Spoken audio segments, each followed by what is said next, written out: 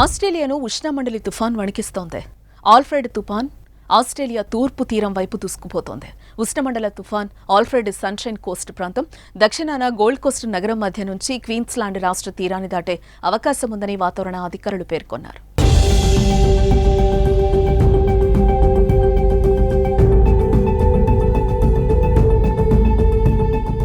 Alfred తుఫాన్ ఆస్ట్రేలియాలోని south east Queensland తీరం వైపు కదులుతోందని ఆస్ట్రేలియా బ్యూరో ఆఫ్ మెటియాలజీ తెలిపింది. ఇది కేటగిరీ 2 తుఫానుగా గుర్తించారు.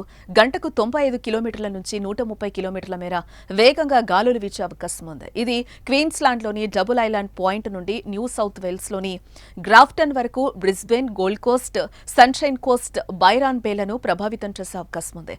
విపరీతమైన గాలులు, వర్షాలు ఇప్పటికే ప్రభావిత ప్రాంతాలను ముంచెత్తుతున్నాయి. తుఫాన్ తీవ్రతరమయ్యే అవకాశం ఉందని ప్రజలు అప్రమత్తంగా ఉండాలని అధికారులు సూచిస్తున్నారు.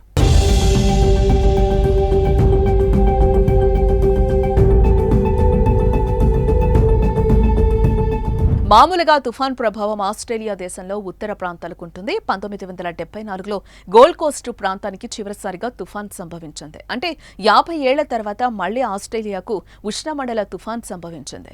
1974లో జోయ్ తుఫాన్ గోల్డ్ కోస్ట్ ను తాకి విస్తృతమైన వరదలకు లోనైంది.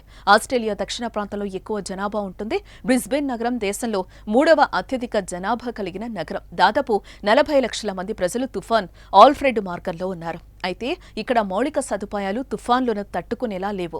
ఆస్ట్రేలియా ప్రధాని యాంటోనీ ఆల్బనీస్ ఇది ఒక అరుదైన సంఘటనగా పేర్కొన్నారు. ప్రజలు అప్రమత్తంగా ఉండాలని సూచించారు.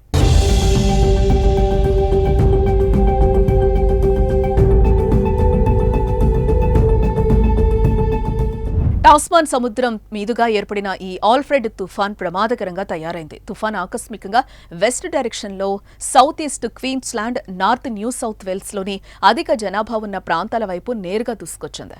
ఈ గాలులు అంత బలంగా వీచడం లేదని, అందుకే తుఫాన్ నెమ్మదిగా కదులుతోందని ఆస్ట్రేలియా CSIRO పేర్కొంది. ప్రాథమికంగా ఈ తుఫాన్ ఒక ప్రాంతంపై ఎక్కువసేపు వీస్తుందని, తుఫాన్ నెమ్మదిగా వచ్చినా భారీ వర్షం కురిసే అవకాశం ఉందని అంచనా వేస్తున్నారు.